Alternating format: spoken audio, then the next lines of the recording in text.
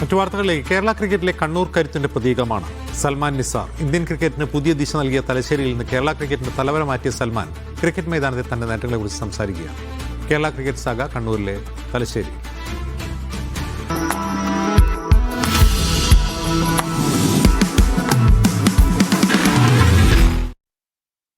സൽമാൻ നിസാറിനെ കാണാതെ എങ്ങനെ പോകും?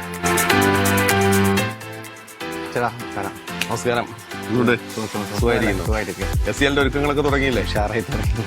സൽമാന് ഈ KCL കാലഘട്ടം മറ്റൊരു സന്തോഷത്തോടു കൂടിയാണ്. കാരണം സൽമാന്റെ കുടുംബത്തിലേക്ക് സൽമാൻ ഒരാൾ കൂടി വന്നിരിക്കുകയാണ്. ദിവസങ്ങൾക്ക് മുമ്പാണ് സൽമാന്റെ കല്യാണം നടന്നത്. ഭാര്യ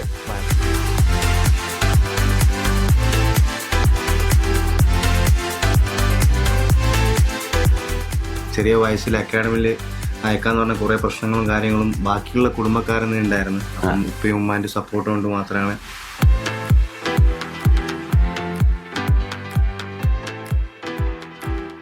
അത് ആ പ്രായത്തിൽ അവനെ അത്രയും ദൂരെ ഡിസ്റ്റൻസിൽ അയക്കാന്നുള്ള എല്ലാവരും എതിർപ്പുണ്ടായിരുന്നു കുടുംബത്തിൽ തന്നെ. പക്ഷെ എന്നാലും ഞങ്ങൾ തീരുമാനമെടുത്തു.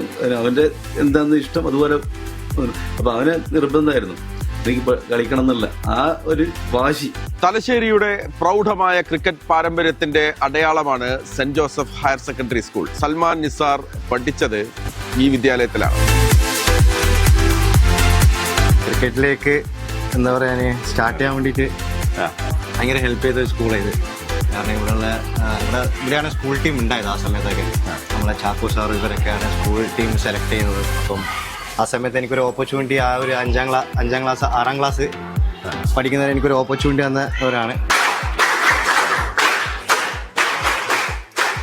സൽമാൻ, ഈ ക്ലാസ് റൂം വളരെ സ്പെഷ്യലാണ്. അതുപോലെ തന്നെയാണ് ഈ വിദ്യാലയവും. അപ്പം സൽമാൻ നിസാർ എന്ന താരത്തെ പാകപ്പെടുത്തിയെടുക്കാൻ സെന്റ് ജോസഫ് സ്കൂൾ എത്രമാത്രം അതിനൊരു കാരണമായിട്ടുണ്ട്? തീർച്ചയായും ബ്രൈറ്റ് ഇംഗ്ലീഷ് സ്കൂൾ ഞാൻ 4-5 അവിടെ പഠിച്ചത്. അപ്പം അത് കഴിഞ്ഞിട്ട് ഒരു ക്രിക്കറ്റ് സ്പോർട്സ് റിലേറ്റീവ് സ്കൂൾ നോക്കുന്നവരപ്പം എനിക്ക് ഫസ്റ്റ് മനസ്സിലോടിയ സ്കൂൾ സെന്റ് ജോസഫ് സ്കൂളാണ്. കാരണം എന്താ പറയുക, ഇവിടുന്നാണ് കുറേ ക്രിക്കറ്റ് പ്ലേയേഴ്സ് സ്റ്റേറ്റ് കളിക്കുന്നത്.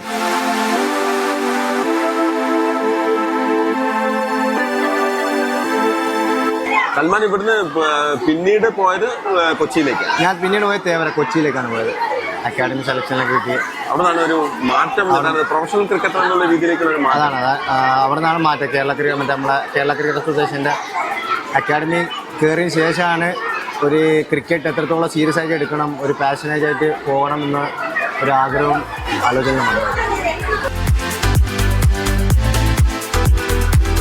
സൽമാൻ, ഈ മൈതാനം, ഈ ഗ്രൗണ്ട്, ഇത് സൽമാന്റെ ജീവിതമായിട്ട് വളരെ ചേർന്ന് നിൽക്കുന്നതാണ്. എന്താണ് ഇവിടുത്തെ ചെറുപ്പം തൊട്ടുള്ള ഓർമ്മകൾ? ഏറ്റവും മധുരമുള്ള ഓർമ്മ എന്ന് പറയുമ്പോൾ ഞാൻ ഇവിടെയാണ് രഞ്ജി ട്രോഫി ഡെബ്യൂ ചെയ്തത് അഗെയിൻസ്റ്റ് ആസാം.